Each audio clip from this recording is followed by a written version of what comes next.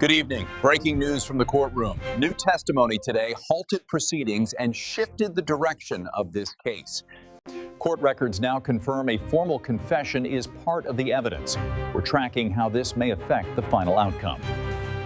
October 19, 2023. Domestic call, officers responding to what they thought was a family dispute with some gasoline involved. What they didn't know was that Jesse Prada had already made up his mind. He'd grabbed extra magazines for his AR-15. He told his wife there'd be a shootout, and when Officers Swain and Vizcarra pulled up, he was waiting in his daughter's bedroom window. This isn't just about what happened that day.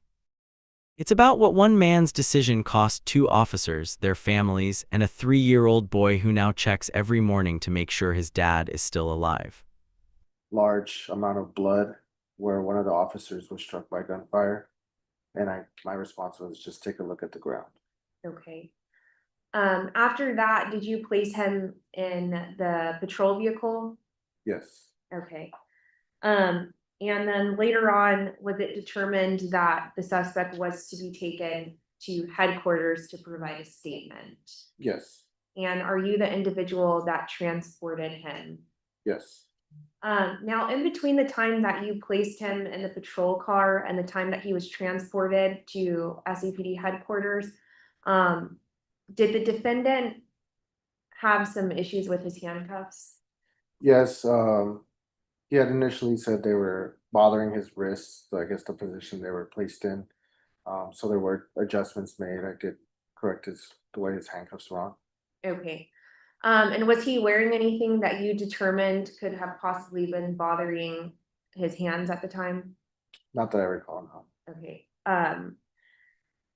Do you recall about how many times you adjusted the handcuffs for him? It was 4 times. Okay.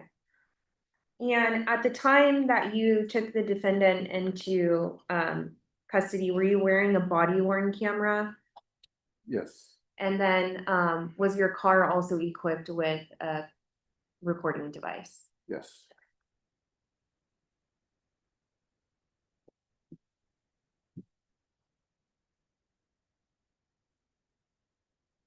Now I'm going to show you what has been marked as State Exhibit number 112 and State Exhibit number 113. Can you take a look at those for me? Have you viewed the contents of State Exhibits 112 and 113 prior to your testimony today? Yes, I have. And are they a fair and accurate depiction of your body-worn camera and in-car video at the time that the offense occurred? Yes, they are. And except to comply with legal rules, have they been altered in any way? No. Okay. At this time, state offers State Exhibits 112 and 113 tendering to defense firms. All right, could parties Sorry, approach? Judge, I thought. I'm sorry, could parties approach?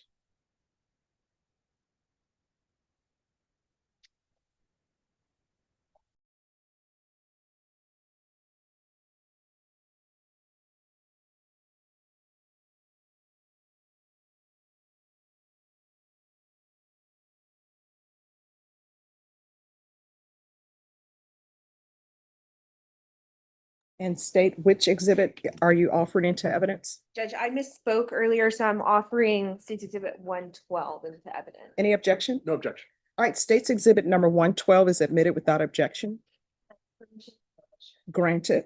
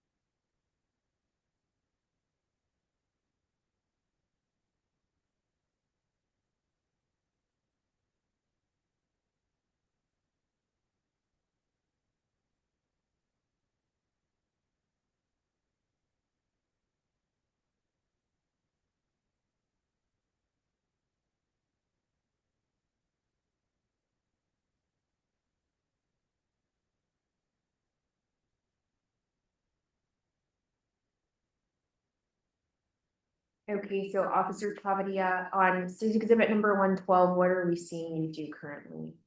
That's when I throw over my rifle vest, and I'm currently moving towards where I'm watching everybody else move towards.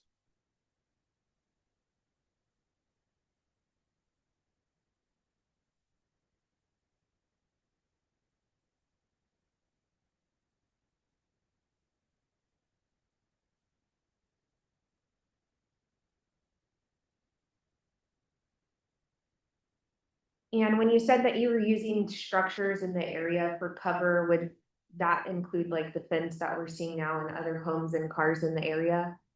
Yes, ma'am.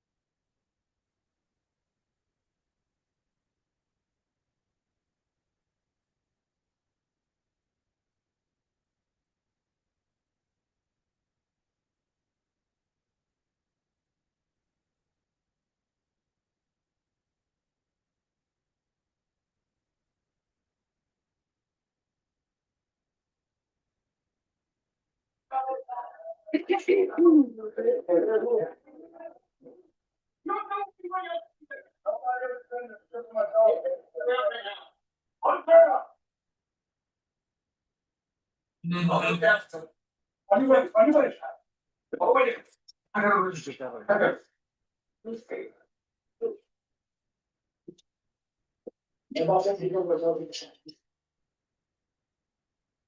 else can hear me.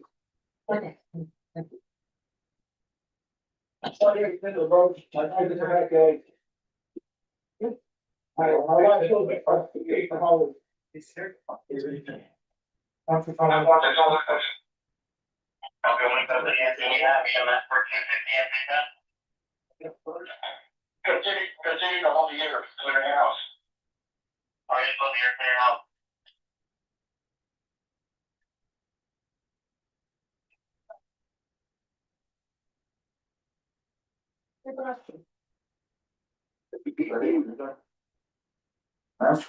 Look at the photo.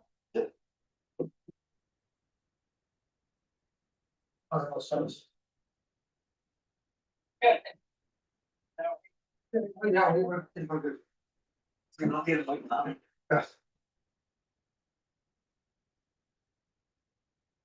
Okay, well.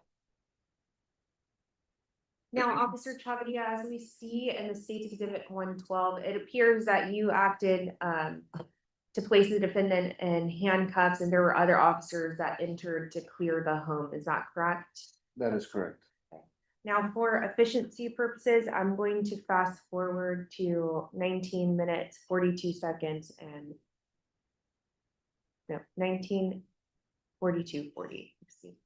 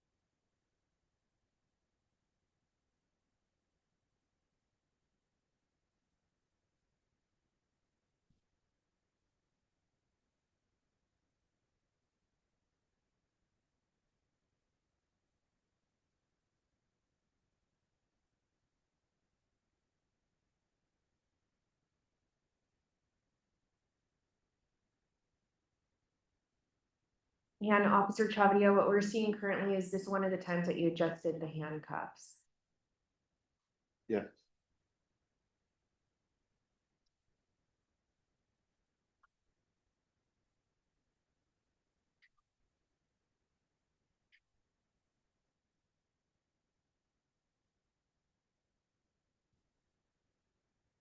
And I guess, does it appear that the defendant was wearing a watch that you believed was interfering with his wrist at the time?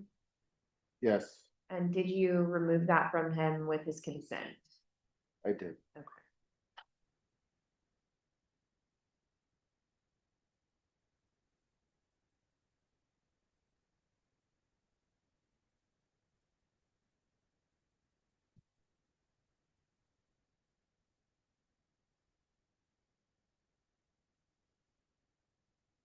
At this time, we pass the witness, Your Honor. Defense? Officer Travia, just a few questions. My name is Ernest Acevedo. If you don't understand anything, or if you don't hear me, please let me know, okay? Sir.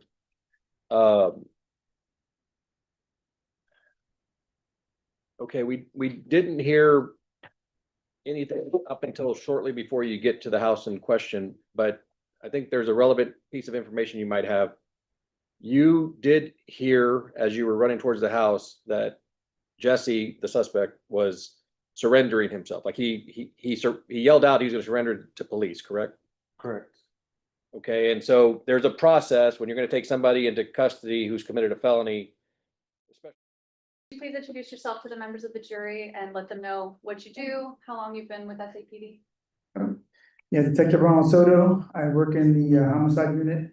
I've been with the San Antonio Police Department for approximately 22 years now.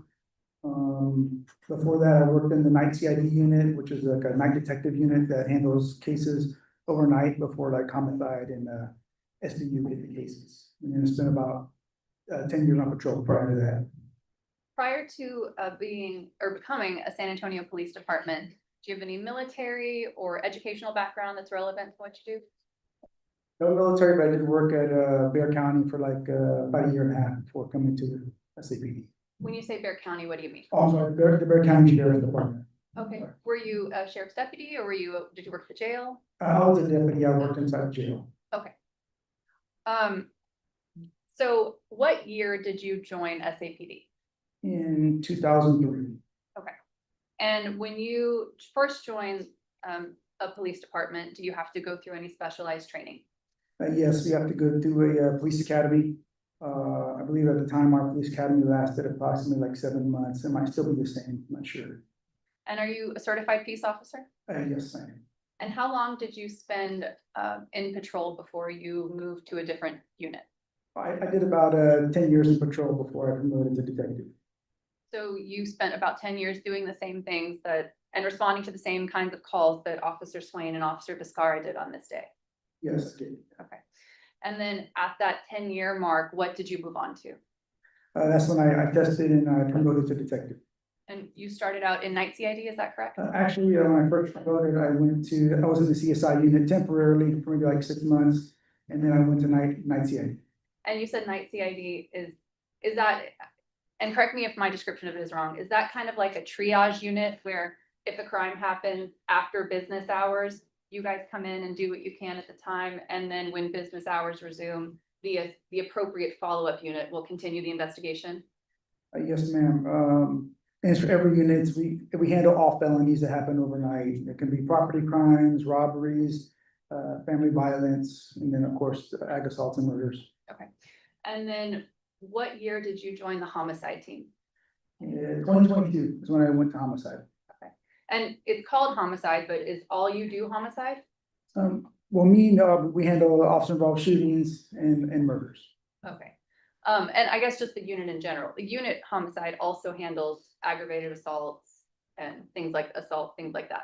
Yeah, so it's broken into, it's called homicide, but there's basically like 2 divisions. One side's ag assaults, and the other side is where the murder detectives are. And we have, like I said, all suspicious deaths, officer-involved shootings, in custody, deaths, stuff like that. Okay. And so on October 19th of 2023, were you on duty with the homicide unit? Yes. And because you said homicide detectives also do officer involved shootings. Were you also responsible if some sort of officer involved shooting went down, you had to be responsible for it when you were on duty that day? Yes, and the way it works is, we could work on a rotation. So, but when this incident happened, I was actually like the next detective up. Okay, so you were assigned to investigate this incident that we've been here talking about that happened at the intersection of Amistad Pass and Alta Puerta? Yes, ma'am. And did you write a report in relation to your involvement and investigation into this incident? Yes, ma'am. And do you have a copy of it there with you? Yeah, I do. Okay. You can use it to refresh your memory, just please don't read directly from it, okay? Okay. Now, do And I'm you sorry, know- counsel, for the record, could you Oh, label the yes, ma'am. report? So we'll label it as B, okay, we'll label this as case exhibit B just for, All right, thank you.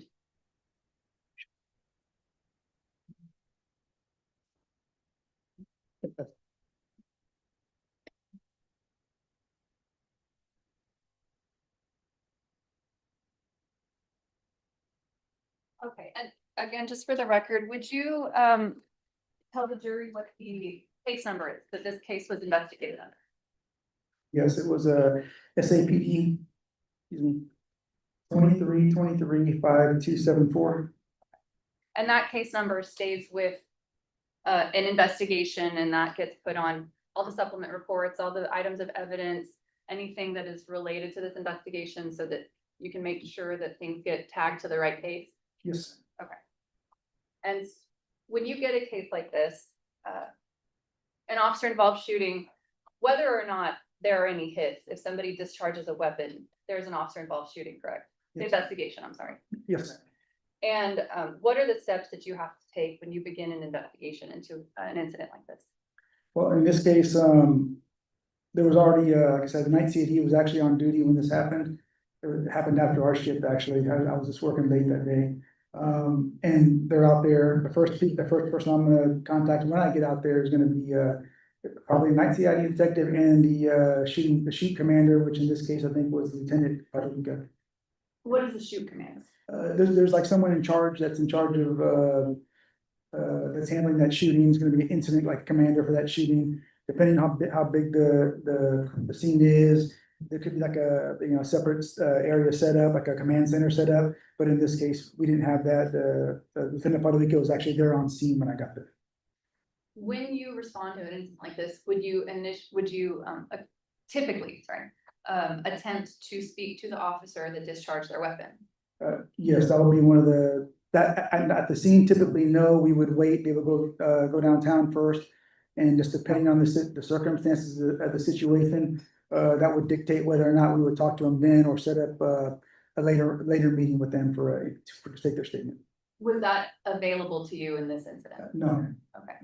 So what were the steps that you took in this incident, since the officer who discharged his weapon, as well as the other officer who was well, they were both shot, but the other officer who was also shot, since they weren't there for you to talk to, what steps did you take to begin your investigation? So in this case, like I said, I spoke with the night detective, Lieutenant Puerto, and then whatever witnesses they had already separated, I would talk to them, decided which ones I'm gonna send back to police headquarters, which ones I might just take a statement from them there, or if they could even go back to headquarters. Sometimes they can't. Any officers at the scene, usually the witness officers are actually gonna go back no matter what to headquarters. But there might be some other officers there that know a little about what's going on, because maybe they're standing with a witness or protecting some of the crime scene evidence. Apart from talking to witnesses, do you do anything else in the area to collect evidence that might be relevant to your investigation? Yes, ma'am. I'm looking for a video, and just kind of walking the scene again. Just maybe there's someone that was missed that lives in the area that the officers didn't talk to, and I might canvass also for that. Did you do that? Yes, ma'am. Yes. And were you successful in collecting surveillance video from surrounding houses? Yes, ma'am, I was. The defendant's home, was the surveillance camera, the surveillance system on his home, was it operational? No. Okay. Speaking of the defendant, again, just for record purposes, I'm gonna fast forward and then I'll come back. When an individual gets arrested for an offense and then booked at the Bexar County Jail, do they have to get assigned a unique identification number? Yes, ma'am. It's called a SID number. Okay. Yeah. And can you please tell the members of the jury what Mr. Prado's SID number was when he was put in the jail?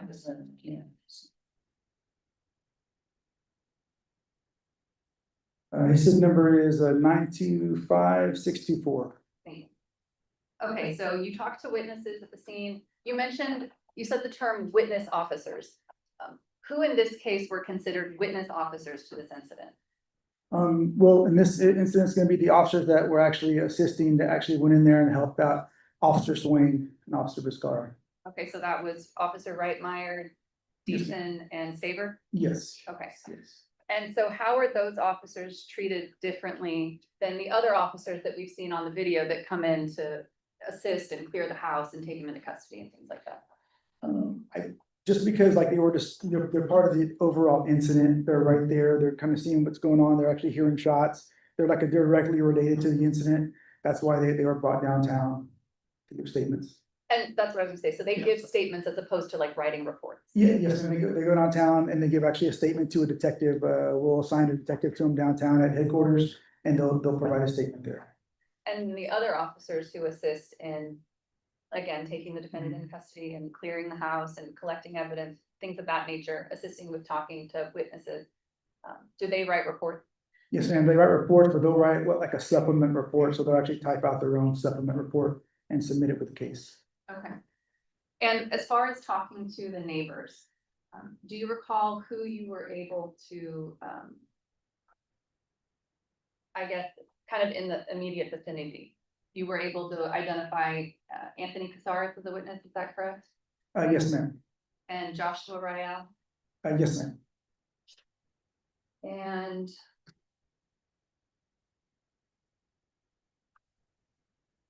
after collecting all of this evidence and talking to these witnesses and trying to identify who has the most pertinent and relevant information, what do you do next, I guess? After I was going through getting video, I'm making sure like everything's gonna get collected that we need. Obviously, the night detectives did a great outstanding job. They had already got a warrant worked on for the house. Again, they even helped canvass. I think a couple of the night detectives even took statements for me out there with people that couldn't come downtown. And I'm just making sure all that is there. I'm getting organized. I'm collecting all that, making sure I get all the information from them as well. And just like I said, I'm overseeing just until everything's cleared with the CSI unit, that everything's collected that we need to get it collected.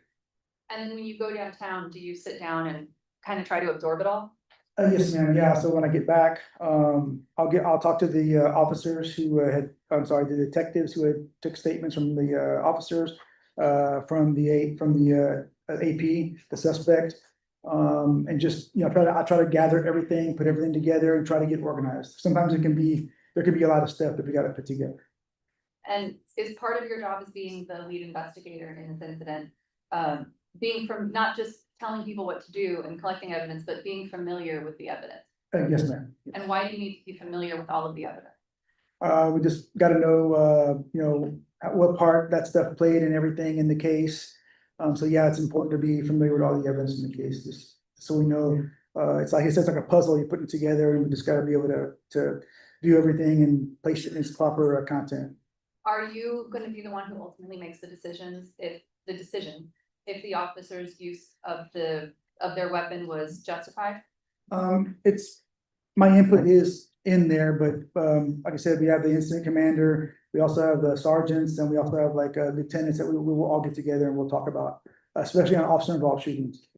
And then if anybody needs to be charged with a crime, as in this case, is that your decision? In this case, this came out, this was a decision I made, but again, the unit as a whole, generally on an officer involved shooting, get together and we'll talk about all the details of the case. Okay. Yeah. But you can't make your recommendation or make that decision if you don't know all of the evidence, correct? Yes, ma'am, correct.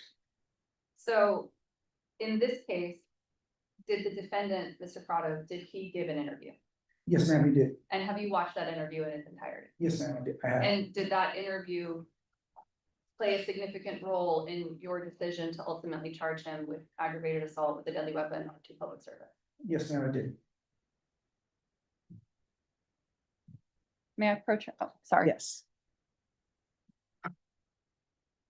Detective, I'm gonna show you what's been marked as State's Exhibit 114. Do you recognize 114? Yes, ma'am.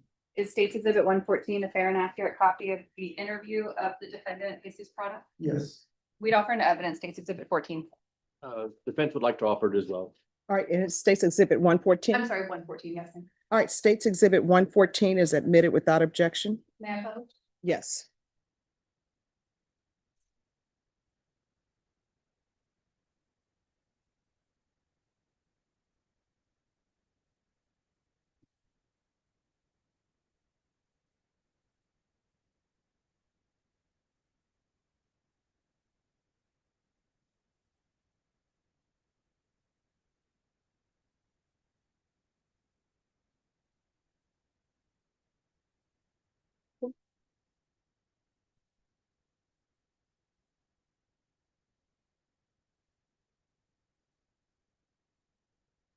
All right, Detective Soto. How long does the video appear to be? Video, let's see here, looks like it's cut off over here. I can't. Oh.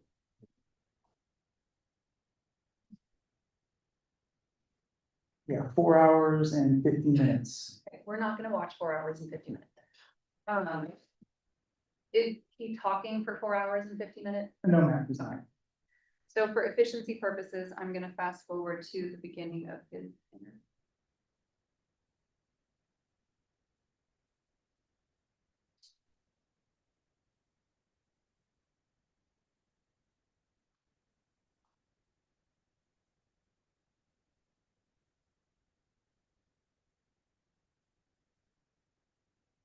Okay, and yours. Yeah, I thought they're gonna go straight right there. No, wait a minute, I won't.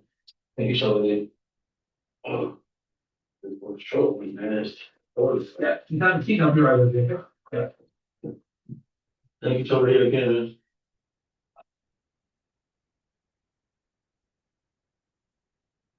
Oh. Hey, let me have your full name and date of birth. This was Detective Martinez, 21783. Okay, I'm stepping out, get over to the police department.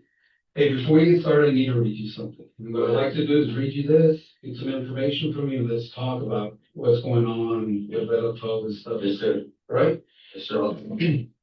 It's warning to rescue your suspect. Before you ask any questions, my duty as a police officer to advise you of your rights and warn you of the consequences of waiving your rights.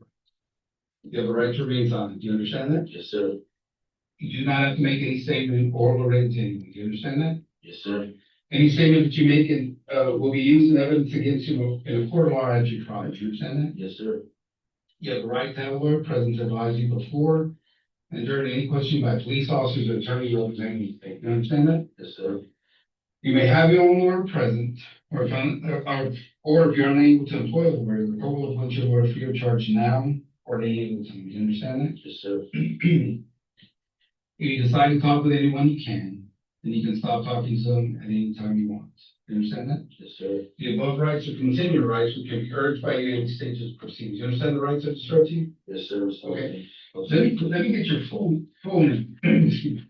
With problem, Jesus Javier Prado, middle name, Javier is spelled A-V-I-E-L. A-V-I-E-L. Sir, that's my brother. Okay, and where do you live in that range? 623. Can I call you? Yes, sir. Okay. Jesse, you're called me Jesse. Okay. My last name, Prado. Okay, so you're. Just gonna pause it for a second. We've heard the defendant refer to this individual as Detective Martinez. While he's interviewing the defendant, are you out doing investigative things? Yes, ma'am. At this time, I was still at the scene when he's interviewing him. Okay, so he's assisting you. He was one of the detectives that assisted me. Yes, ma'am. Is he still actively with SAPD? No, ma'am. He retired. Okay. You're not by Jesse? Yes, sir. Okay. Hey, Jesse, where do you live at right now? 6239 Lightfoot. Where's that?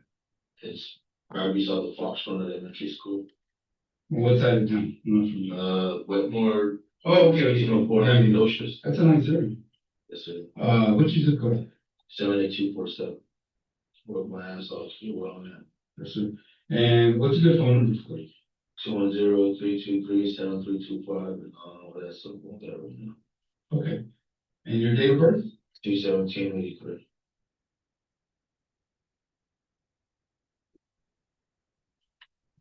And how old are you? 40. 40. And do you know your driver's license number? 03003 Class A CBL. And social? 455-615236. Okay. And where do you work at? Middle East Global. Better known as Nabisco. Okay.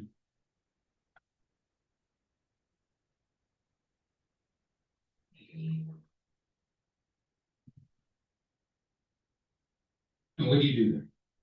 I'm a combo stock handler, Class A driver. He ran upstairs with his rifle, not to defend himself, not because he was scared. He ran upstairs to a window with a clear view of the street, and here's what's chilling: the officers hadn't even approached the house yet. They were still clearing the street, protecting his neighbors, protecting his kids who were out there. But Jesse, he was loading rounds, waiting, and the justification he'd give later: they came at me wrong. Say no, yes. She said no. And then what happened from there? Did she hit you, or did you hit her? Did you act out? Okay. Did you act out in any way, or did she? Yeah, I acted out. What did you do? I told her I want to bring the fucking house down. Okay. Did you do anything? Yeah, I was pressing gas for her. Did you have something to light it with? Yeah, I did, but I think. What'd you have? Propane. Okay. So did you go in the garage and get it, or was it in the car already? In the garage. Okay, so you went in there and got it, and then where'd you put it at? Just right there in the garage. Over concrete. Okay. And is that when she called the police, or she called? That's when she started calling. Okay. And what did you hear her tell the dispatcher? They started my house. Okay. All right. And after she did that, did you stay there? Did you go inside the house, or what happened? I went inside the house. Okay. And where did you go when you went inside the house? I just stayed downstairs. Living room, garage, kitchen, where? Just there in the room. Just looking outside. Okay. And what did you see? I thought she had drove away. Okay. And then I think she put it to the neighbor's house. So she got in the car with the kid, and you saw the car drive off? Yes. Okay. And then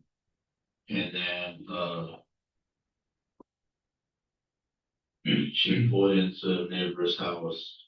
You know what neighbor? Yes, it was Carol's house, which is 3 houses down. You know where that's? No, I don't. Okay. And she pulled into hers. She pulled into her driveway, and that's whenever she got off and I started walking towards the house. And then that's whenever I saw the cop car drive up. Okay. And you're still in the living room? Yes. You see the cop car drive up. Where does the cop car go? Where does it stop? Right there in front of the house. Right in front of your house? Yes. Okay. Then was your wife walking toward the police, or could you see her? Yes, she was walking towards them. Okay. And then they met her. And then they ushered her towards the car. And then that's whenever they came back to their car. Okay. And I thought they would come to my door and talk to me, but they got off with the shotgun. Okay. And then what did you do then? That's when I grabbed my rifle and I ran upstairs. Where'd you get the rifle from? I keep it downstairs. What kind of? It's the AR-15. AR-6.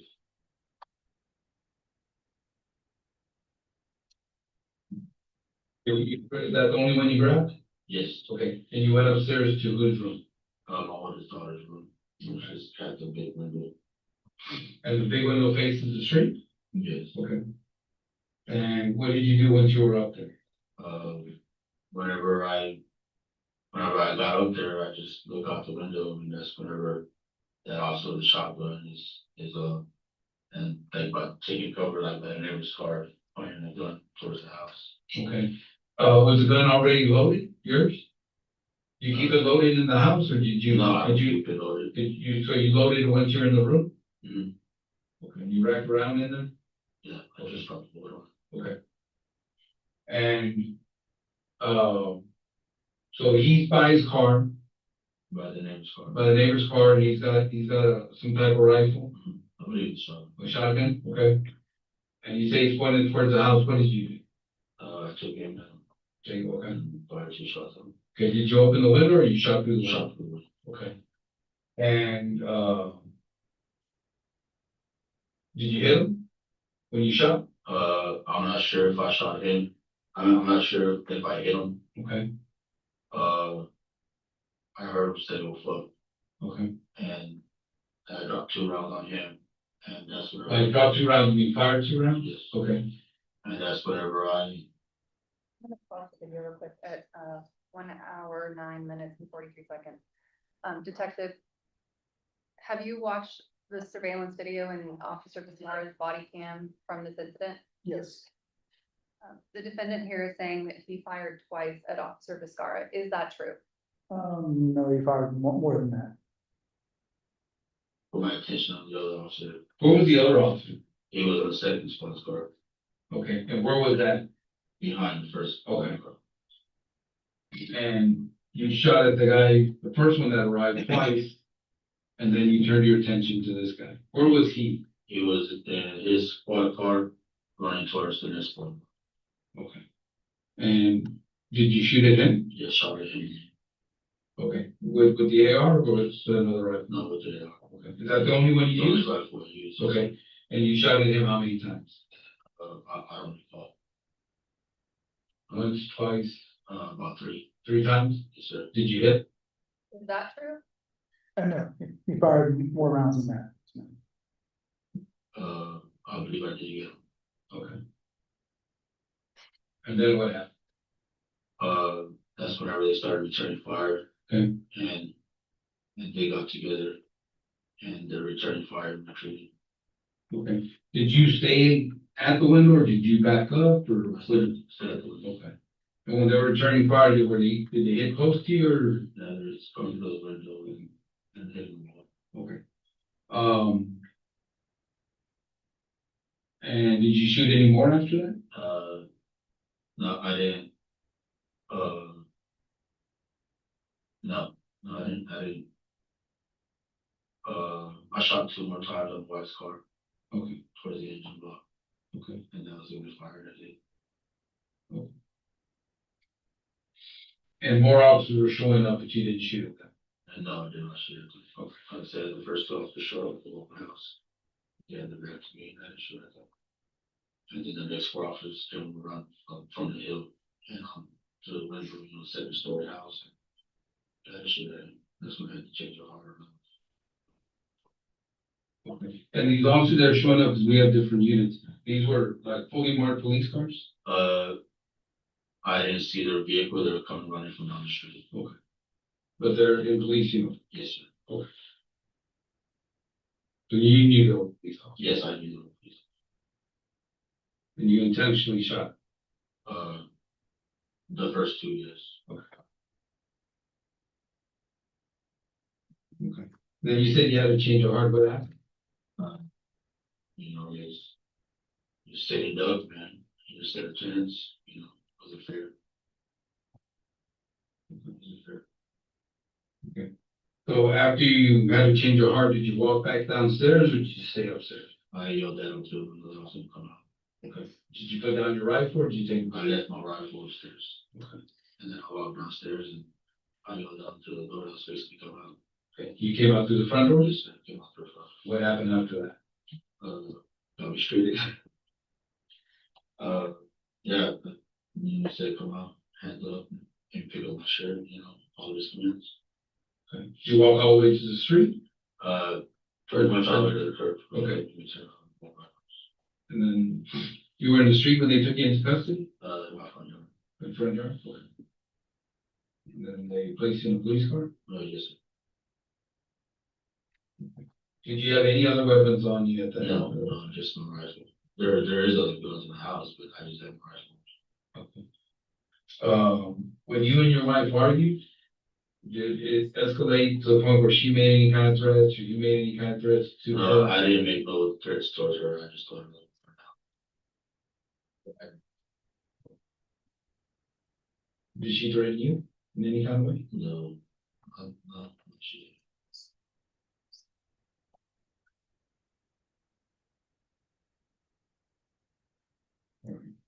Hey, let me go check on a few things, and I'll be back. You need some water or something to drink? I'll appreciate the water. Yeah, let me get some water. Cold or warm? Cold. Okay, be right back. Thank you.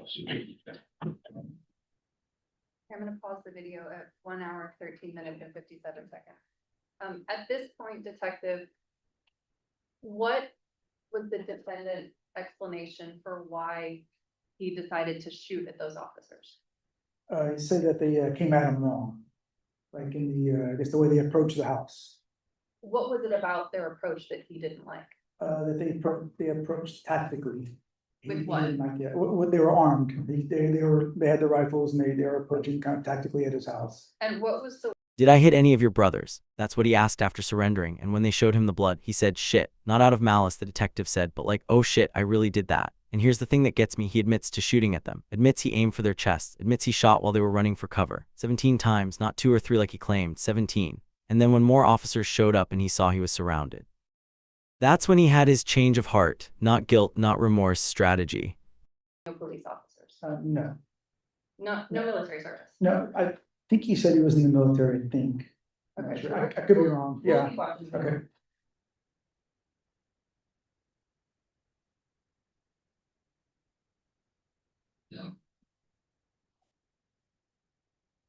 What do you imagine your wife said to him? Sir? What do you think your wife said to him? He has guns in the house. Have you ever like displayed them like in a bad way or shot in the yard or anything like that? You prior service or anything? No, sir. No. Okay. Does he have any prior service experience? No, You good with guns? Yes, sir. I build rifles. Oh, okay. I played a lot of paintballs. Okay. So his entire wealth of knowledge on the tactical decision-making of police officers is based in paintball? yeah, balls and he builds guns.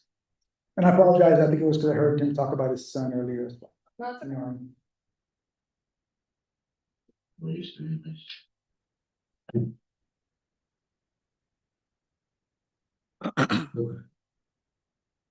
Let me check on a few more things and see if I can get an update on these officers. Okay. You doing good? You go rush or anything? Not yet. Okay. All right, detective, I'm pausing the video at 1:31:20. After this, is there any more conversation? I think that's it with Detective Martinez. Okay. So at the conclusion of his interview, again, does he ever say that he felt threatened by the officers? No, ma'am. Does he ever say he felt scared? No, ma'am. He says he was upset. Upset, yes. And when he's reciting his version of what happened to Detective Martinez, does he ever make reference to the text messages that he exchanged with Monette that you collected from her cell phone? I don't think he does, you know. And so he doesn't let Detective Martinez know that he was telling Monette he wanted to burn the house down, or telling Monette about possibly holding a gun to his kid's head. Correct, that doesn't come up in this interview, no.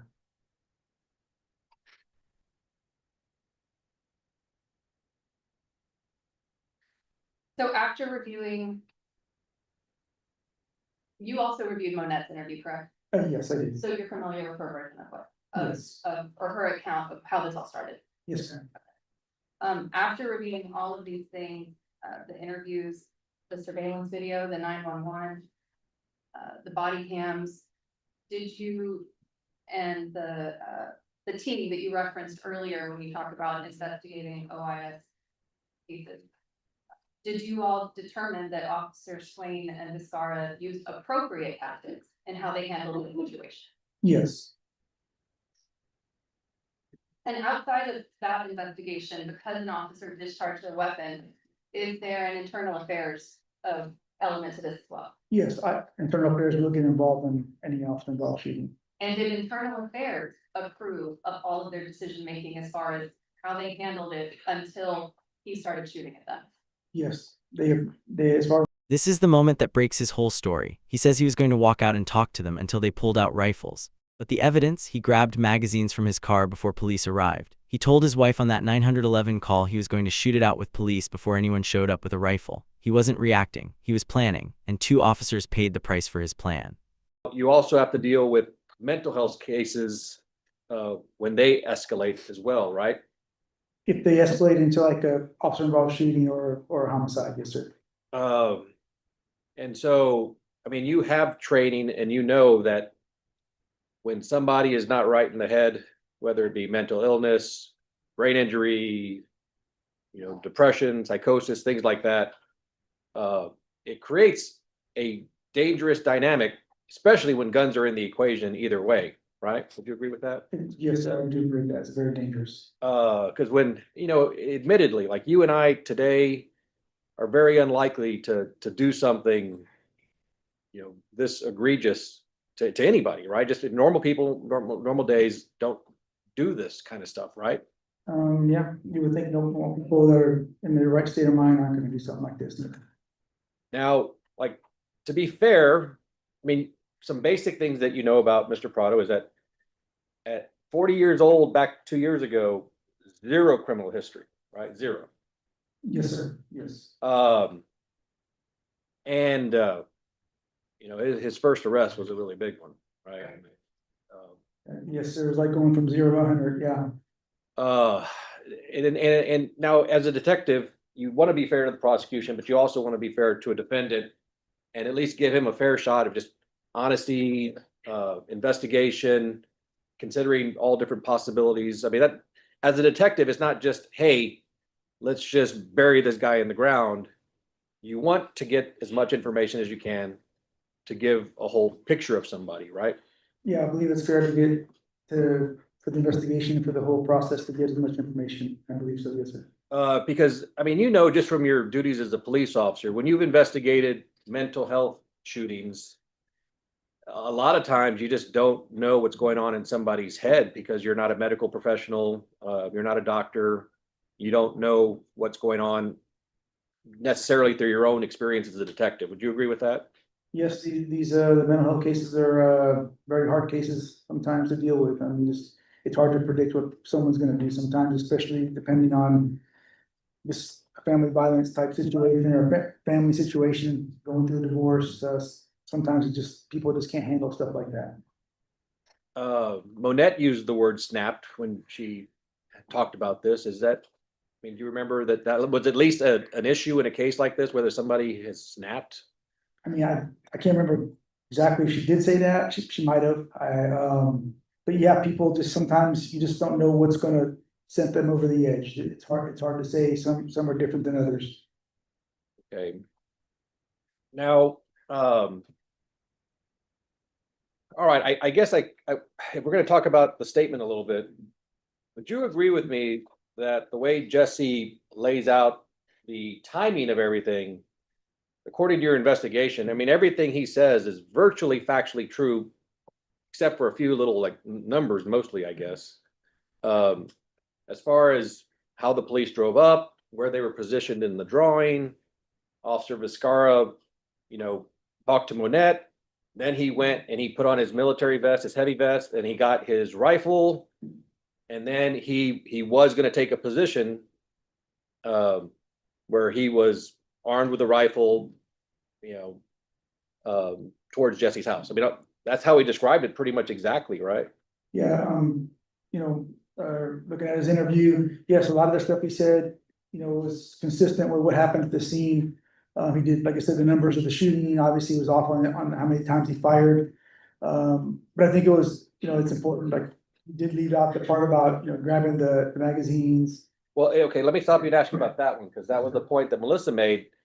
You don't know if those were the magazines that he used, because there were several magazines for an AR-15 inside the house. There was a lot of ammunition stuff in the house and a lot of magazines, yes, sir. Right, so, I mean, are you telling this jury, that 2 clips he may have grabbed out of the Trailblazer are the ones he used in his rifle? Or could it have been the clip that was already in the rifle in his house? So I can't say for sure that the clips he grabbed out of the Trailblazer were the ones that he brought upstairs. I can't tell you that for sure. I just know that just based on the totality of everything, making the statement that, you know, when officers get there, he's gonna shoot. Well, and that comment came from Monette specifically, because like another thing, again, like sometimes like you're a detective on a lot of cases, right? Yes, sir. And so detectives report in cases like this tend to be pretty voluminous, right? Yes, sir, we have a lot of information. Like if this was a DWI arrest, it'd probably be a 2-page report and that's all you got to remember. But on a police shooting, I guess our binders are about this thick from all the paper in this case. Does that sound about right? They're bigger than the average, yes, sir. Okay. Because like you said in the 911 call, it is heard that Jesse says he's going to have a shootout with the police. If I tell you the 911 call does not say Jesse's going to have or Jesse saying I'm going to have a shootout with the police, that's not in there. I might not have said it right verbatim, but if I recall correctly, at about 2 minutes and 30 seconds into her phone call, you can hear him in the background state something to the effect of, it might not, if they come at me, I'm gonna shoot it out with them. Something to that effect. I'm pretty 100% confident that's in there. Okay, well, all right. I mean, that's introduced into evidence, but like, just to clarify, like with Melissa, I wrote it down. You said in the 911 call, he says he's going to have a shootout with the police. It might not be like that in that 911 call. Yes, sir. Like, it might not be that verbatim, but he does state in there. I remember, like I said, about 2 minutes, 30 seconds in, he does say, you can hear it. I'm gonna shoot it out. I can't tell if he says, if they come at me, I can't tell if it's, I'm just gonna shoot it out, but you can hear it on there. Yes, sir. Okay. Now, again, the prosecutor in the case stopped the video when Jesse says that he thought he shot at Vizcarra 2 times. Certainly when you review the video, okay, you can hear that. All right, that's a weapon like this being fired at rapid pace, right? Yes. Now, these guns are designed to where they can be fired. A shot fires every time you pull the trigger. And like Vizcarra was telling us that he could tell the difference. And tell me if you agree with this. When a police officer shoots that weapon, he says he tries to be more deliberate and it's pa, pa, pa, where you're controlling the aim, that's a police training thing. And that's one of the things he can hear differently. Is that what you understand it to be? So I can't testify to that with Officer Vizcarra. I never was trained. I never carried a rifle on duty. So that might be something that he might have learned. They might have taught him that in his class, maybe. Okay. But as somebody who has dealt with many cases where shooting is involved, Yes. would you agree that witnesses, people that give statements, people that get shot, that they miss the number of times shots are fired, like many more times than they get it right? Would you agree? It's just the number is almost always inaccurate on some level?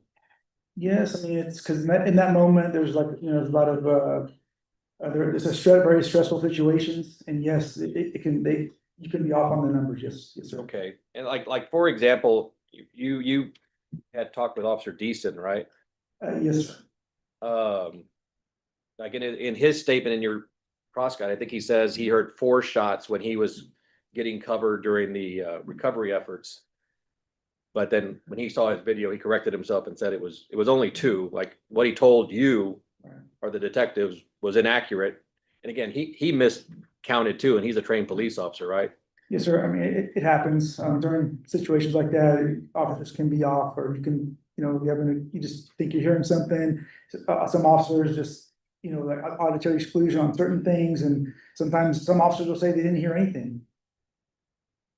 Okay, and like, I guess, for example, so if I'm just saying, like, if the suggestion is he was trying to suggest he shot fewer times than what he really did, you would think he would exaggerate how many times he was shot at by Officer Vizcarra.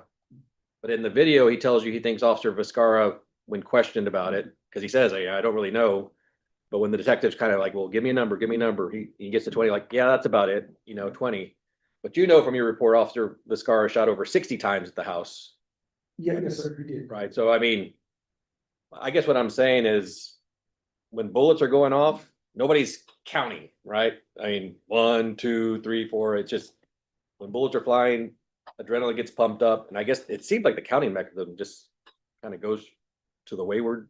Yeah, like I said, in a high stressful situation like that, yes, sir, that happens. It does happen. Okay. Now, in regards to the statement, I'm going to use Jesse's language because several times during this interview, when it gets down to the point of like, what are you doing? He says several times, like, I fucked up. I mean, it's not the most eloquent apology or regret, but you can tell by his demeanor and everything else, he knows he messed up really bad and put himself in this horrible situation. Like you perceive that in that interview, right? Yes, he understands, the situation he's in. It's pretty clear. Okay, and then to be fair to Jesse, first of all, his surrender was as good as it could be from his part for like the circumstance he put himself in. He yelled out, I want to surrender. There were some commands, come to the front door. And he do the commands to where put your hands up, come out backwards, lift your shirt. They did all that stuff with him. He complied with all those commands and was arrested as peacefully as you could be for the situation he got himself in, right? Yes. All right. In the video, one of his first questions to the arresting officers that had him in handcuffs was if their brothers were all right or did he hit them?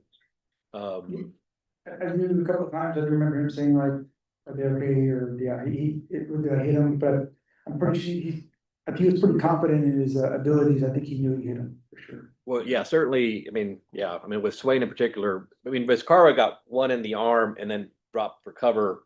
So I guess you could see how you might not know if you got him in that circumstance, right? Because that instant, yes, he was for sure. But from the videos that everybody's seen, when Officer Swain ran out into the open, I mean, when he got shot, he dropped there and had to go hide behind his police officer. But by the way he dropped, I guess it would have been obvious to anybody that was in the house.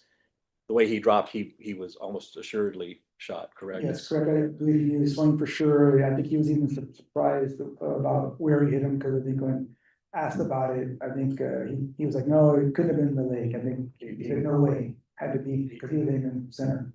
Right, and he talks about them wearing vests, but he said he was aiming for their torso where they wear their vest, right? Yes.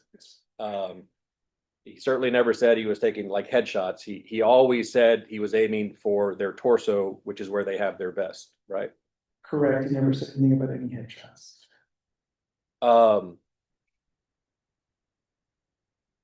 Now, did you confirm what he said about how the initial responders would, I guess when there's an officer down call, that's the highest call y'all get. Everybody who's available and close rushes to that scene to protect the police force, correct? Yes, sir. Yeah. You hear something like that as an officer, I mean, you're going all out to try to get there as soon as you can to help out any injured officers, if there are any injured officers there. Yes, sir. Okay, and so did you do any investigation to what he said as far as being accurate? Because when people drive up to the cul-de-sac, they don't have any information yet. I mean, they have what they've heard on the radio only, and you don't know where somebody is holed up. You don't know where all the danger is from. And so police officers can inadvertently go into complete exposure to somebody who's got bad intentions, right? Yes, correct. Those officers that went there to assist Swain and Vizcarra, to me, like they're heroes. They didn't even like think about their well-being. They were going in to get their brothers out of harm's way. Yes, and certainly, like I guess you got a statement from let me make sure I get the last names right, but it's Stover is how he pronounces that, right? Detective? Yeah, I think he's a sergeant now, but sergeant. Well, I think. yeah, detective at the time, and he's been Yes. sergeant since then. I mean, he's the one who initially decided to set up two lower ranking officers to do the extraction, and they did both the extractions and very well and very bravely, correct? Yeah, yes, sir. Percent. Now that's part of my questions because like Officer Deason kind of exposed himself when the sergeant kind of went fast. He was exposed in the street with no more cover because initially he had gotten cover behind the car, but when the sergeant sped up, he was left kind of in the open in the street. Right? I recall. I remember that watching the body cam. Yeah, he was. And so I guess my point is like when Jesse's given you his explanation of what was happening, you have to agree during your investigation that there were officers that completely exposed themselves to him. And if he had wanted to do more damage, he could have, right? Yes, sir, he definitely could have, yes. And so when you talk about his honesty in the interview, outside of him missing the numbers of the shots, I mean, everything that you can document, well, okay, was this true? Is this true? Is true. Virtually everything he says is true, like how it went down, the sequence, what Officer Discover did first, what Jesse did, what Officer Swain did, what Jesse did, where they went, the extraction, who exposed who by these houses, their backs were turned, I didn't do it. I realized I fucked up. I realized my fight wasn't with them. And then he says, I made the choice to surrender. I mean, all of that was true as far as you could tell, right? Yes, sir, I mean, he was very consistent on details, yes, he paid very close attention to what was going on, and, like I said, he's very, he had some skill with the rifle, because I guess he builds them and he practices with them, so he's pretty confident what he's doing, and was very articulate in how he described everything. Yes, sir.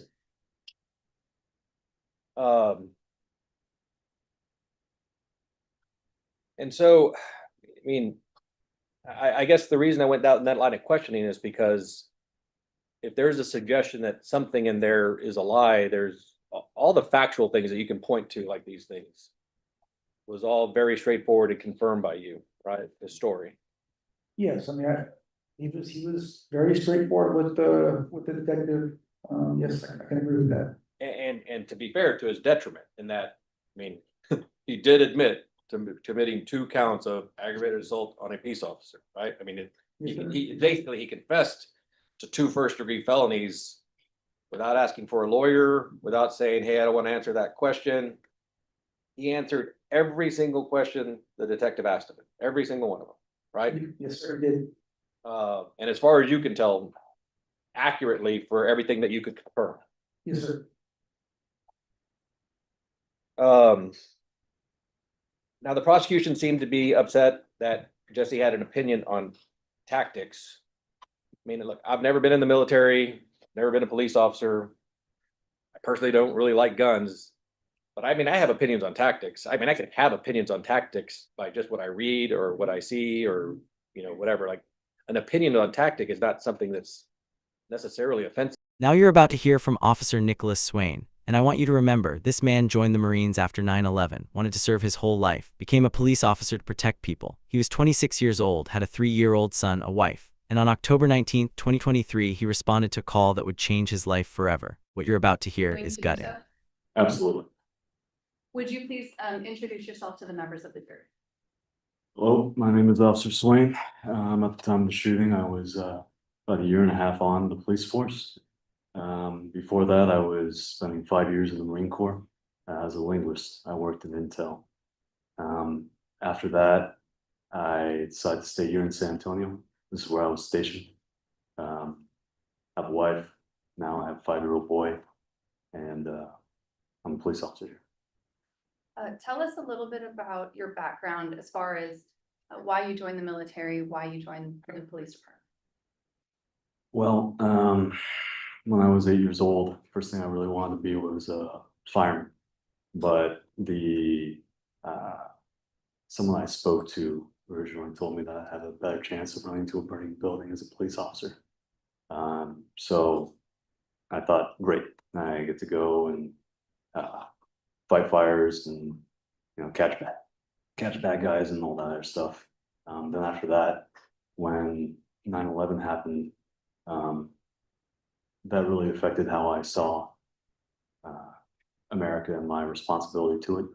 So I had to wait until I was 21 anyway before I could be a police officer. So I enlisted in the Marine Corps. And how long were you in the Marines? 5 years. And did your time in the Marines and SAPD overlap at all? Or did you get out of the Marines and then join SAPD? I was on terminal leave for about 2 months, and I went through the police academy in the class of 2019 Bravo the first time while I was on terminal leave. I suffered an injury, a spiral fracture in my ring finger during training. So I had to quit, and then I reapplied for the year 2021 child. Okay. And you said that you're married. What's your wife's name? Tiggy. And what's your son's name? In 2023, how old was Tristan? He was 3 years old. And in 2023, how long had you been married to Tiggy? We got married in 2019. So was she with you when you were in the Marine? We worked together. That's how we met. She was also a linguist. We met during training. Okay. So as far as joining SAPD, you are a certified peace officer? Yes. State of Texas. And you went through the same training and experience that all police officers go through? Yes, it evolves over time. Okay. Will you stipulate to his training and experience? Yes. Okay. With the stipulation of the parties, Your Honor, I'm going to skip past his training and experience. I want to talk to you about your role on October 19th, 2023 with SAPD. What was your job title at that time? Patrolman, patrol officer. And what are the duties of patrol officer? At the time, my job was to respond to emergency calls for service, 911 calls. And on that day, were you on? Yes, I was. And did you respond to a call for assistance at the intersection of Amistad Pass and Alta Puerta? Yes, I did. And did you respond to that disturbance alone? No, I was covered for Officer Viscara. Okay.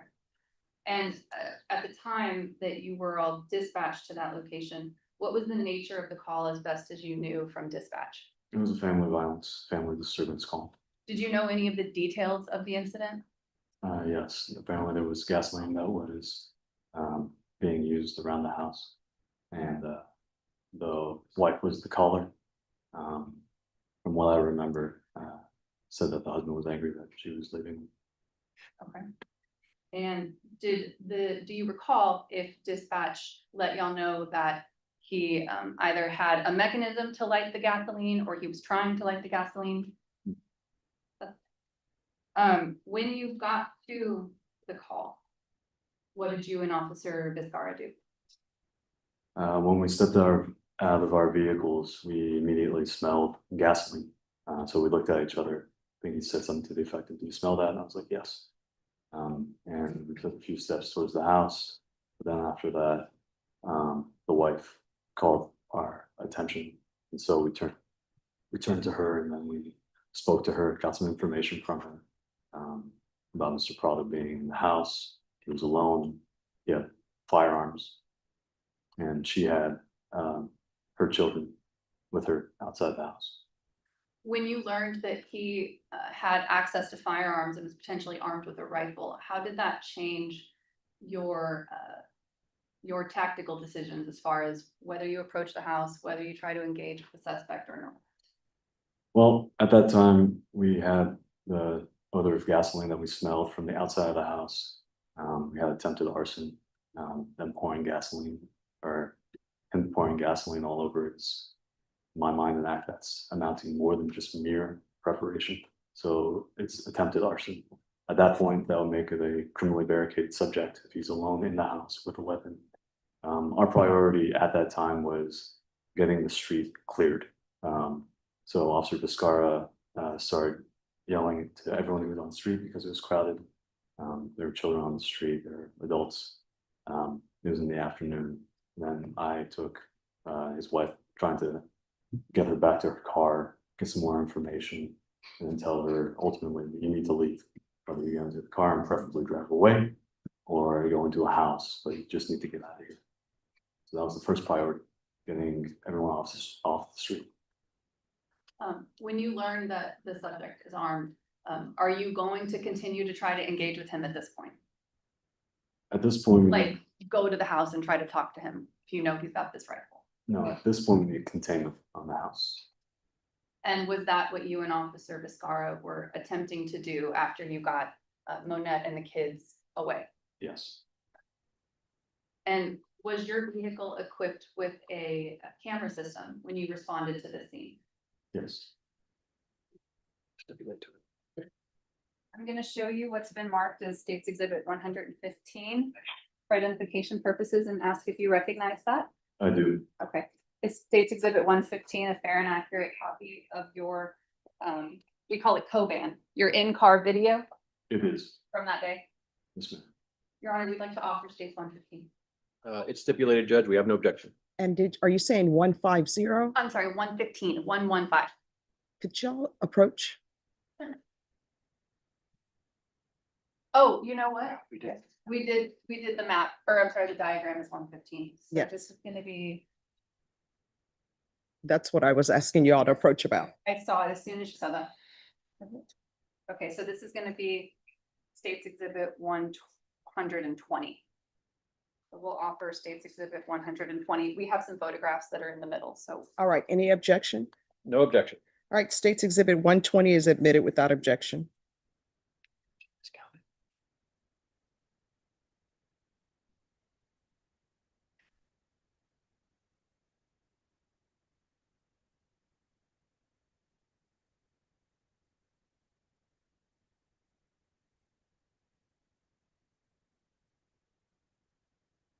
May I publish that? Yes.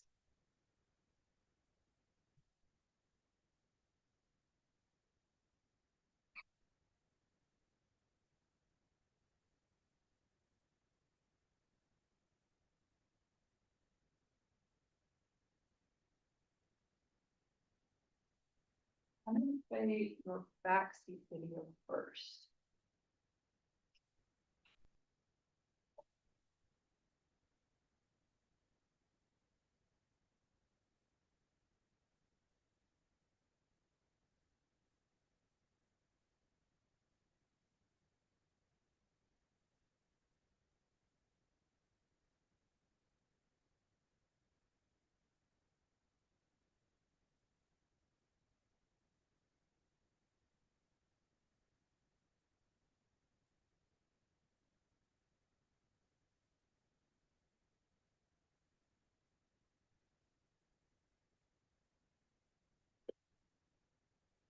Playing it at 8 minutes and 8 seconds for the rest.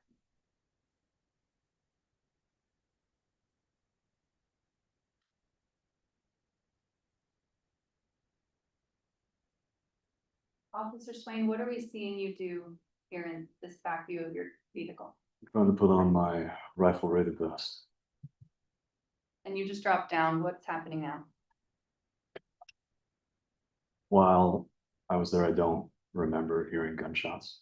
However, I do remember hearing clearly on the radio my partner's that I'm hit. Okay, So he was hit. And I was taking out my body cam, about to put on my rifle rated vest.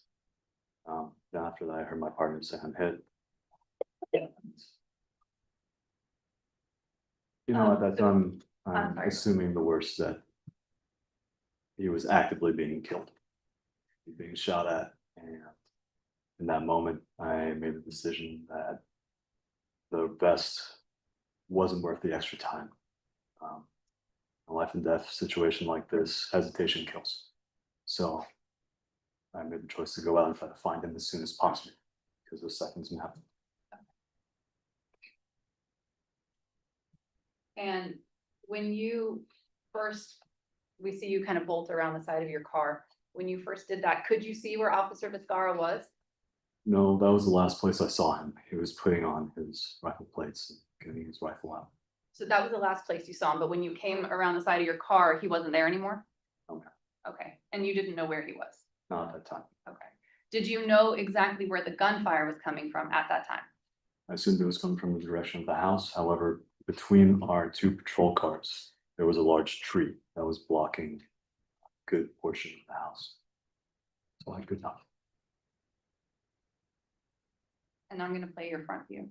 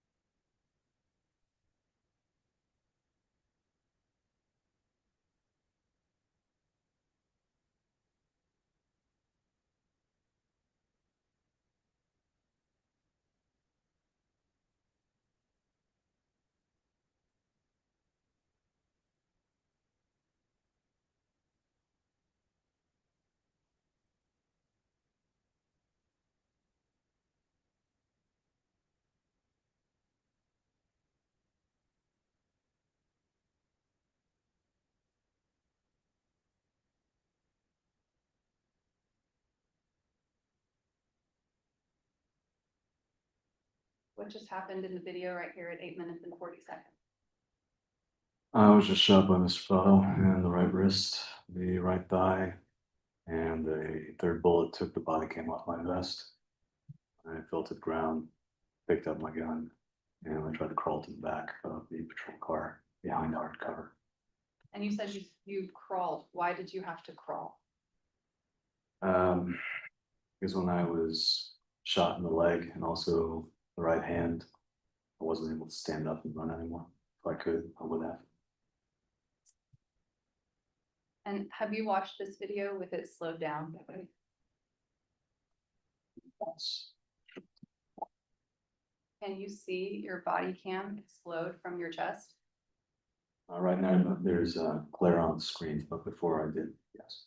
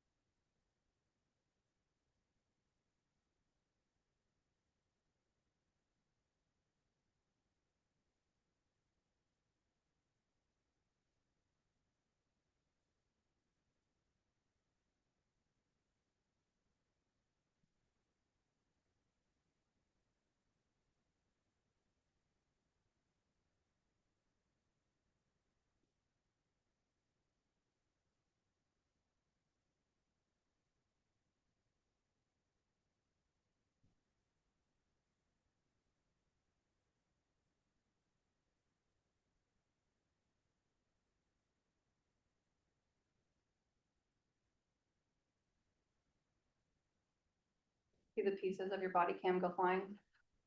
Yes. After you crawl around the side of Officer Viscara's patrol vehicle, does this camera angle pick up any more of what happened with you? No.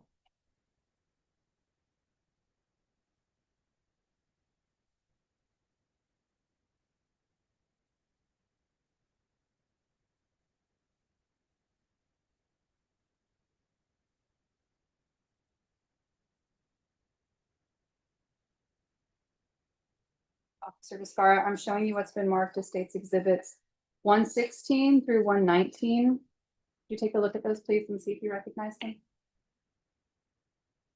I do. And are they fair and accurate depictions of your vest and your body cam back when this happened? Yes, ma'am. Your Honor, we'd offer into evidence state's exhibits 116 through 119. No objections. All right, State's Exhibit, I'm sorry, 113, 116 through 119. 116 through 119 is admitted without objection. May I publish, Your Honor? Yes. And Officer Swain, we've heard a little testimony about a thing called staff numbers. What is your staff number? 145470. First, I'm going to show you State's Exhibit 116. Is this the vest that you were wearing that day? Yes. And are there any defects on it that reflect where you were shot by Jesse Prado? Yes, on that body cam label. Right here? Yes, ma'am. And how about right here? Yes, ma'am. That's where it was originally. It was a pocket. Right, so I'm gonna show you State's Exhibit 117. And is that in the pocket? Yes. So this is how it would actually be sitting when you were shot. Yes, as well as the body cam being on top of it. Right. And that's gonna be State's Exhibits 118. And 119.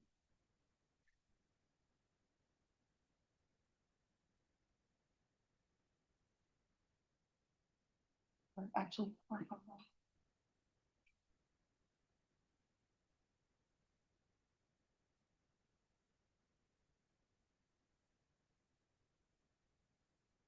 Great.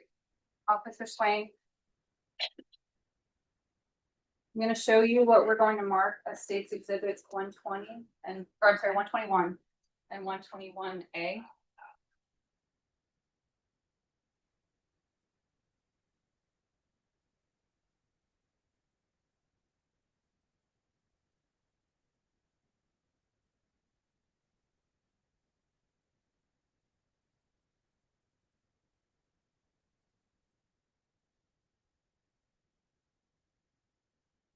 What is states exhibits 121 and 121A? Vest, the body cam holder. Can you speak up a little bit more? Sorry. The vest and the body cam holder. Thank you. Are these those things? Yes, ma'am. Okay. We'll offer an evidence states exhibits 121 and 121A. We have no objection. States Exhibit 121 and 121A is admitted without objection. Would you please hold this up against your body so the jury can see how, I mean, you're wearing one now, I think, but how it would have been situated on that day? Felt like that. And I'm gonna remove 121A from 121. You can put that. What is this? Well, one, what is this item? That's a body cam holder. And you're wearing one right now, correct? Yes, I am. Can you demonstrate for the jury how this would work? Essentially, turns in, clicks in like that. That way it's held. This goes into the pocket. It's like so. And the one you're wearing now for your current body cam is the same thing? Yes. Okay. And the part on 121A that has the obvious defect, what is that made out of? Some kind of metal. And the rest of the plate or the holder, what is this made out of? Plastic. So this part, the part that the bullet just happened to land on, is the only metal part of this plate. Yes, ma'am. Take that back. Your Honor, may I publish just 121A to the jury? Yes.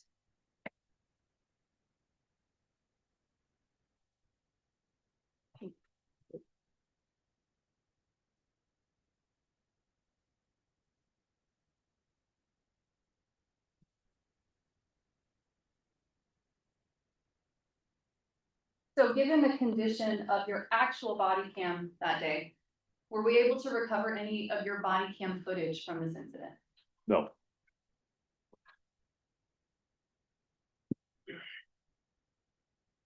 So you told us that you were crawling around the back of Officer Visara's car. And what did you do when you got on the other side of the car? I realized that I was shot in 2 places and I was rapidly losing blood from my leg. My right hand was incapacitated. It was flopping around. Absolutely no use of it at all. So I reached into my left cargo pocket, pulled out a tourniquet, and with my left hand, I tried to put it over my foot, put it up as high as I possibly could, and tighten down the tourniquet to stop the flow of blood.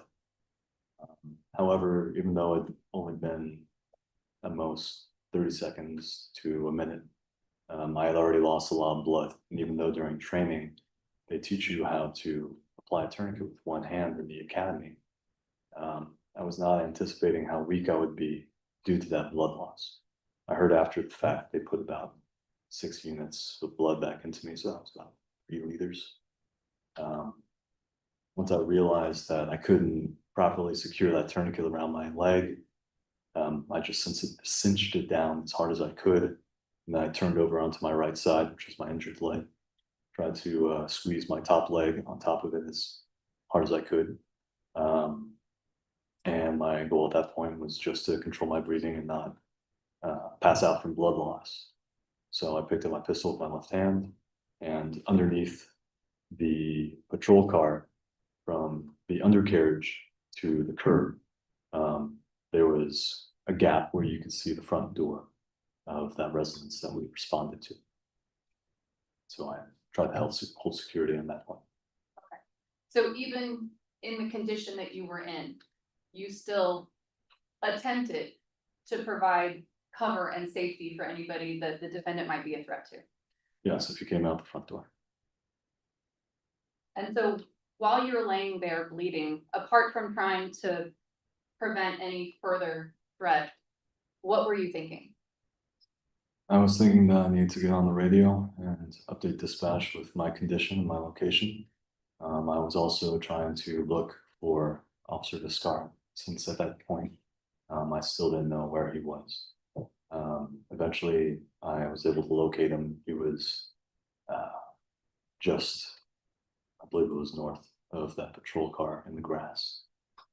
He was prone out with his rifle. Do you remember how long it was before anybody was able to get to you to get you to safety? I lost sense of time. Do you remember getting to an ambulance for treatment? I do. I stayed conscious. You were conscious the whole time. Yes, ma'am. Was it painful? I was in shock. At that point, I think there was so much adrenaline that was going through me, as well as blood loss that was coming out of me, that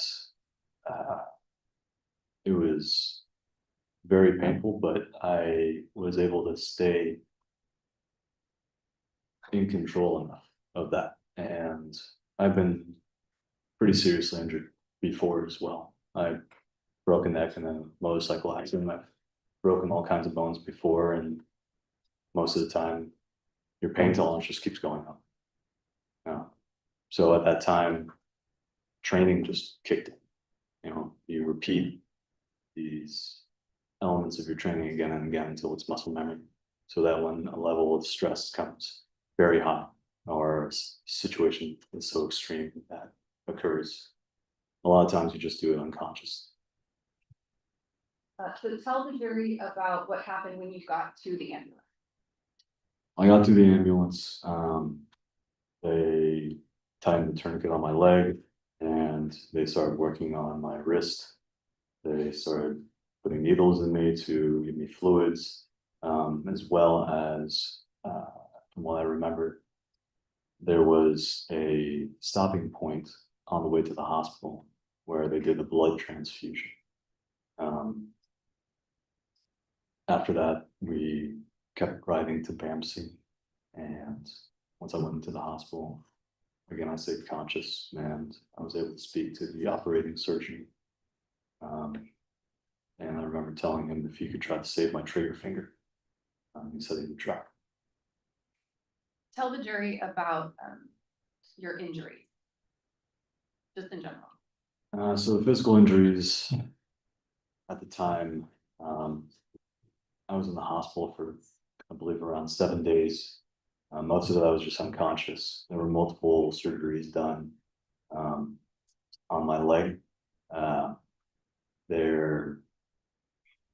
The doctors had to cut all the way up into my hip, so from mid-thigh all the way up into my pelvis. Your Honor, may the witness stand up to demonstrate? Yes.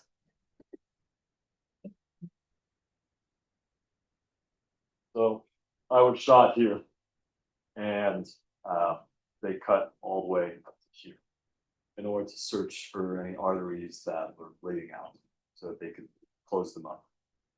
Additionally, there were fragments in my leg that they left in because they would have done more harm to me for them to actually try to take it out rather than just leave it inside it. There were multiple surgeries for the leg, and I don't know how many surgeries for the wrist. The fragment in my wrist, they took out a majority of those bullet fragments simply because it got in the way of the natural movement of the wrist. There was serious damage to the extenders of my hand, tendons in the back of my hand. The doctor took spare tendons from my pinky and tried to reconstruct the extender for my index finger. BAMC is an excellent hospital. It's a trauma hospital. The only other place besides Germany, so BAMC here. where they do that level of care, from what I understand. And they did an excellent job. I was also part of the Center for the Intrepid, which is a physical therapy group there at BAMC. I was approved for a 6-month stay where they had amazing staff, amazing facilities. I did occupational therapy, which is everything above the waist, and then physical therapy, everything below the waist, multiple times a week. They also had a firearm simulator training out there where I was able to have real rifles, real pistols, where they were able to regulate the recoil and the sound in order to get me back up, acclimated to those noises and those firearm handling skills again. Could you, I don't mean to interrupt. Yeah. I want the jury to be able to see the injury on your hand, the scar. If you want to come down, just so we can everybody can get a better look at it. So the bullet went in around here in the front. The rest, from what I understand, are surgical scars. The reason why this part is so ugly is because I had an adverse reaction to steri strips. They didn't use traditional stitches. And then when they finally come off, about a week or two after the operation, there was rotting flesh. It was gray, stank. They had to debride, cut off all that flesh for physical therapy. There was also an operation several months after where they removed all the hardware from my wrist. Some of the screws were too long and it was grinding up against the cartilage whenever I would turn the wrist. But in the beginning, I had to relearn how to use my hand. That surgeon who originally did the operation, that was one of his last, if not the last operation that he ever did. So I'm grateful for all those years of experience. However, the following doctor who looked at me, when he saw 3 months later that my index finger could not move past that, could not extend further than that, he told me that that tendon was dead, it was toast. And there was a plan to continue that operation, have another surgery where he would tie all the tendons in my hand together. Basically turn my hand into an oven where I can open and close all my fingers at the same time. But I would lose independent function of my pinky and index finger, which if you want to shoot a gun, you can't do. You have independent motion of that index finger. You can take it. So you were in the hospital, you said, for 7 days. Do you remember seeing your wife for the first time? Yes, How was that? there was a lot of relief. I remember the first thing I told her was that it was worth it. We train to be in the right place at the right time so that we get shot at, and not innocent people get shot at. We have the training, we have the ballistic vests, we have the firearms, and in a situation where we get shot and not innocent people, it's a win. I'd spent most of my childhood and most of my adult life training for critical situation like this. And when I saw her, I told her that it was worth it. I didn't have any regrets. Did she? Absolutely. What about your son? You remember seeing your son for the first time? He was 3 years old at the time. My wife told me that they came to the house and you just had to scoop him up, get into the patrol car, drive over to the hospital. And he saw me all hooked up, wires coming out of me. Didn't really understand what was going on, but he was scared. And he was 3 years old at the time, wasn't able to speak very well. But when he turned 4 and he had better command of the language, all sorts of things came out. So, for example, we put him in the school, and he'd wake up and go to soccer in the morning, and he would talk to his coach who he was close to, and he would say, yeah, I wake up every morning and I need to check on my papa, make sure he's still alive because he's got a dangerous job. They asked him, what do you want to do when you grow up? And he said, I want to kill bad guys. I think that would be a good thing to do. He had night terrors where he would wake up screaming and crying and had no words to explain it. But one time I do remember that when he woke up, he told me that he remembered that he also got shot too. He was shot in the back. He was fighting a bad guy with a sword, but it was a toy sword, so he couldn't kill the bad guy. So he wasn't brave, and he ran away, and he was shot in the back. But don't worry, Papa, it's all healed up now. It's just a scar. And I asked him, well, don't you think this is just a dream? It's okay, you're okay. It's like, no, Papa, I remember. I remember. And at that age, there's no difference between this dreamlike fantasy and reality. It's all the same for him. He was seriously affected, fundamentally changed. He had all sorts of behavioral problems at school in the beginning. We tried to put him in therapy, and there was emotional outbursts every single time. Staff wasn't exactly supportive. They just wanted to put him on pills and medicate him and dope him out, just to make him listen to what they were telling him. So he actually ended up getting kicked out of that school. I mean, we pulled him out. There was like a 3 strikes rule. He had already gotten to 2, and we didn't want an expulsion on his record. So we pulled him out, we took him home, and tried to just keep him home for the rest of the time. He was processing it in his own way.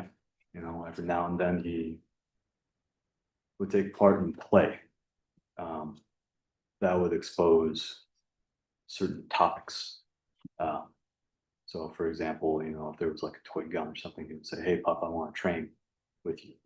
Can you teach me how to shoot? And then that led to conversations about firearms and how I was shot and the extent of my injuries. He approached it in his own way, tried to process it in his own way.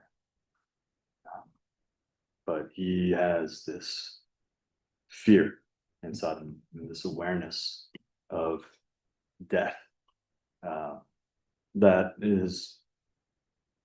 a child of his age should not have.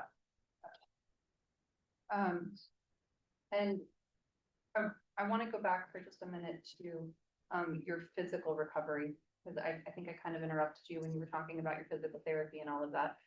How long were you going through all of that and not able to be an active police officer? I was at home and dealing with doctor's appointments and physical therapy until August of 2024. Okay, this happened in October of 2023. So August of 2024, you weren't even on light duty. You were just on leave. Correct. That was on convalescent leave. That's August. That's when I got approved for light duty. Basically, I could go back, do some sort of gainful employment for the city. And during that time that you were home, who was your primary caretaker? My wife. Oh, sorry, go ahead. No, I was going to say she was part of, she was going to college and she dropped out to be my caretaker, basically. And that was because you were so seriously injured, you needed a caretaker. Yes, I was hobbling around with, a cane. My other arm was in the sling. Couldn't cook, could barely walk. I spent most of the time on my back. Couldn't hold your son? No. Couldn't bathe?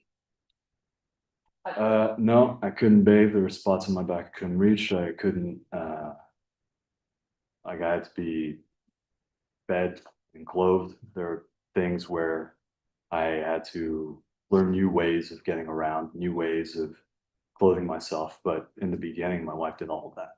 Did you have to learn how to do things with your left hand? Yes. In fact, when the doctor told me that I was going to be a lefty, that's when I started doing everything with my left hand. Sorry, I was just gonna say, were they concerned at first about the potential of you losing your hand or not being able to use it?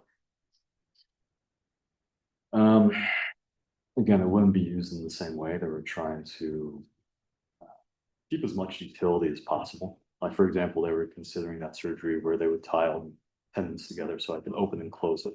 Because at that point, I couldn't even put my hand in my pocket. Whenever I was trying to shake hands with somebody, I had to reach forward and then pull the finger back. That way I could actually hold them. Otherwise, it just got in the way. It's getting caught on all sorts of things. How did your relationship with your wife, or how was it affected with her having to stay home and take care of you and all of the things that came along with it? Rapidly deteriorated. Even though she took responsibility for what happened, and took care of me extremely well. She suffered greatly for doing that. She's a nervous wreck, even to this day. She's completely traumatized. She doesn't sleep. She wakes up multiple times during the night, even during daytime hours. Whenever I've just recently returned to duty, she has these intrusive thoughts of my death every single day. Whenever we're having a good moment, she thinks to herself, I should remember this for when he dies.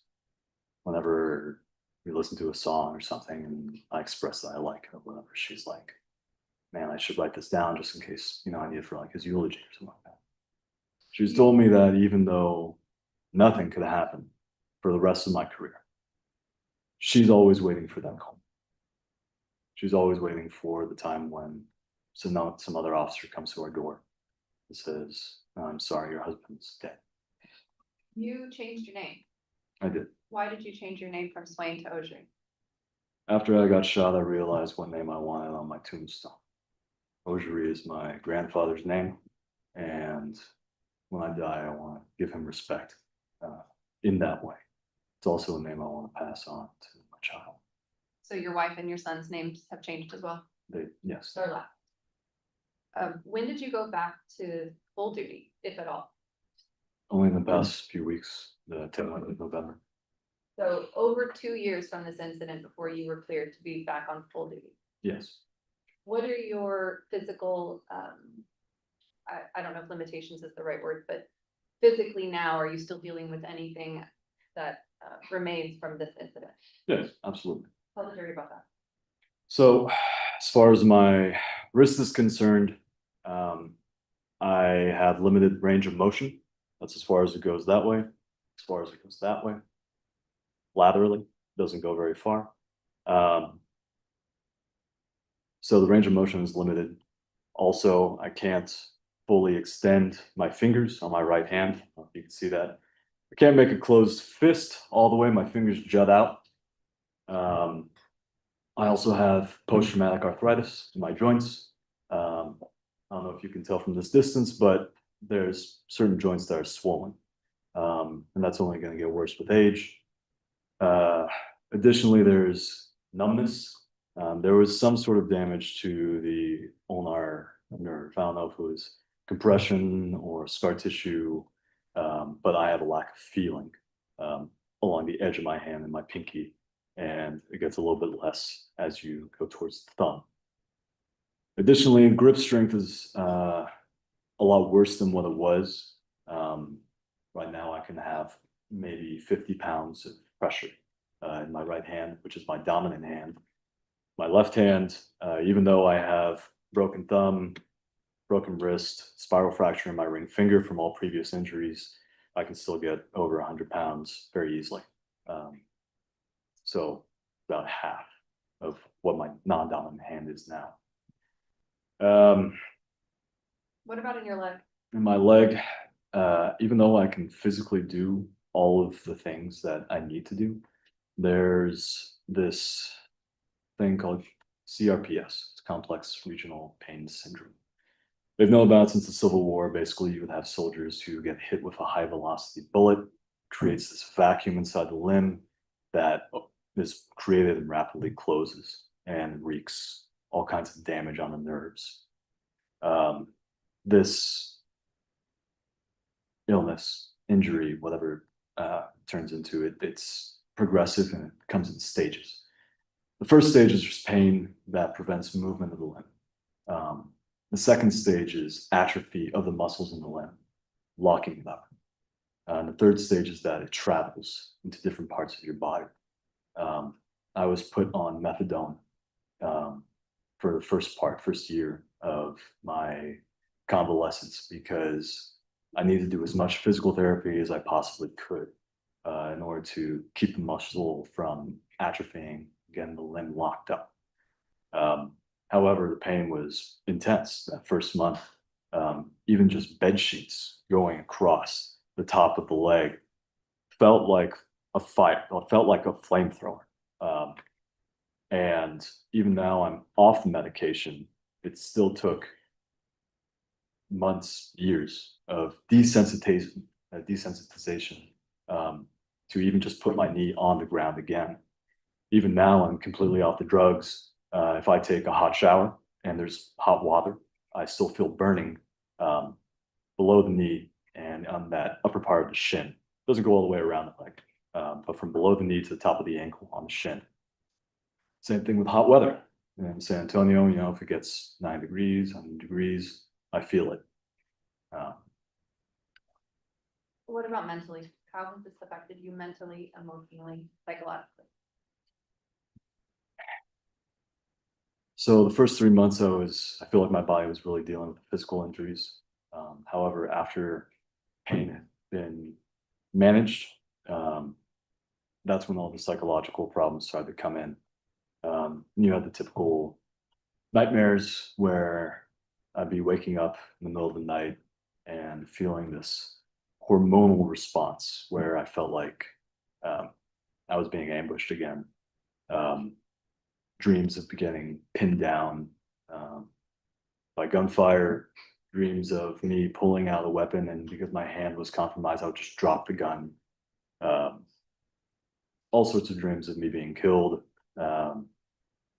However, there was also during my waking life plenty of moments where if there was a loud sound, like we would be going over a grate or something in a car, I would mentally know that there was no danger whatsoever. However, there would be this spasmic muscle contraction in both the limbs that would cause pain. And it would also be accompanied by that hormonal response where I would start getting sweats and all kinds of anxiety. For a long time, I didn't feel comfortable leaving the house without a gun, especially when I was around my family, because I felt like I just knew that there were people out there that if they wanted to, they could absolutely come and take their life away. And unless I had something there, they'd be able to do it.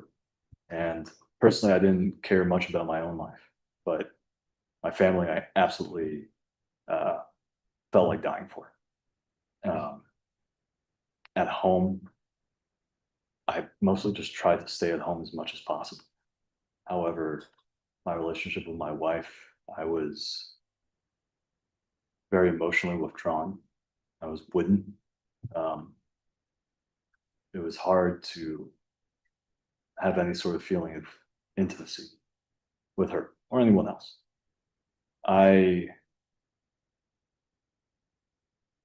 When I started, in the Marine Corps, like I had this idea of like I was going to fight and kill and die for my country.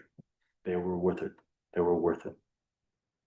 But after the shooting, I felt this shrinking of my moral and social horizons to the point where unless you were wearing blue, unless you were a police officer, I simply didn't trust you. I knew you were very capable of killing. There's plenty of officers who have been targeted and ambushed before. And at that point in my recovery, I was traumatized. And it wasn't just intimacy for my family. It was society as a whole that I felt cut off from. And it took a lot of heart-to-hearts with other officers, other friends, other family for me to regain that connection to my community. where I need to come to terms with the fact that as a police officer, we're warriors who are charged with defending a peaceful society that we are a part of. We're a part of it. And that was one of the major hurdles in the beginning. I felt completely cut off from everything, including my own wife. All Officer, right, can I- we're, ladies and gentlemen, both parties had agreed that you all will be allowed to leave at 4:30. So I'm going to release you all for today. We'll be back on Monday at 1:30. Remember my instructions about the parking garage. If you are here by 12:30, you will have a space.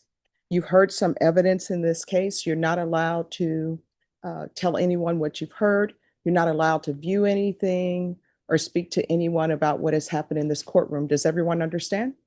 You're not allowed to do any investigation. Don't go researching anyone's name. Does everyone understand? Do not think about this case until you're back in the jury box. All right, everyone, please rise for the jurors. Thank you.